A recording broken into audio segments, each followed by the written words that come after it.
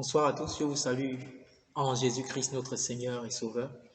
Alors, cet après-midi, j'aimerais nous édifier sur un point, lequel, par rapport à ce que nous avons reçu du Seigneur. Vous savez, le corps qu'on a, on n'a pas choisi de l'avoir. Dieu a voulu que ce soit ainsi, on a reçu un corps.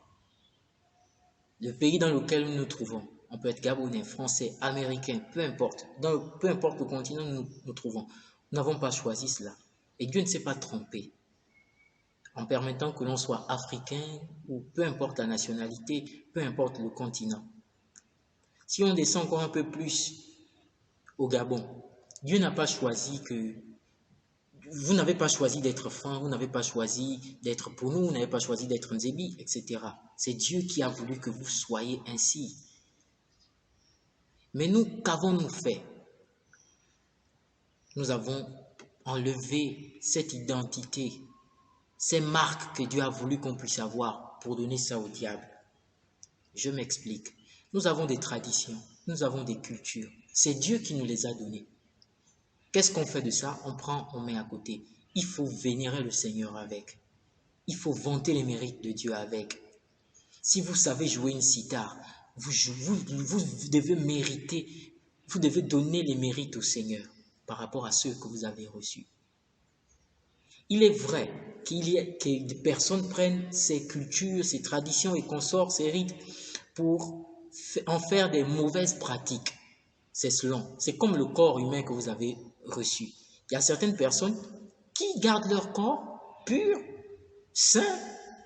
Il y a d'autres qui prennent leur corps et qui pavanent leur corps dans la prostitution, dans plusieurs autres choses. C'est selon. Mais Dieu vous a donné cela, pas pour que vous puissiez mettre cela dans les mauvaises pratiques, non, pour que lui soit glorifié au travers de ces choses. C'est son art, ce sont ces différences qu'il a mises en nous.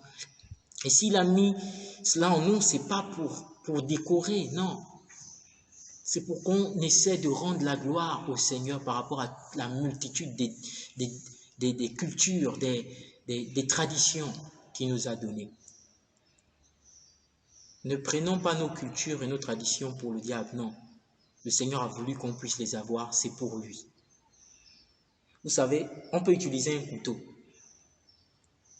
On peut utiliser un couteau pour tuer, comme on peut utiliser un couteau pour tailler un bois, comme on peut utiliser un couteau pour faire de la nourriture, des aliments et consorts, pour couper.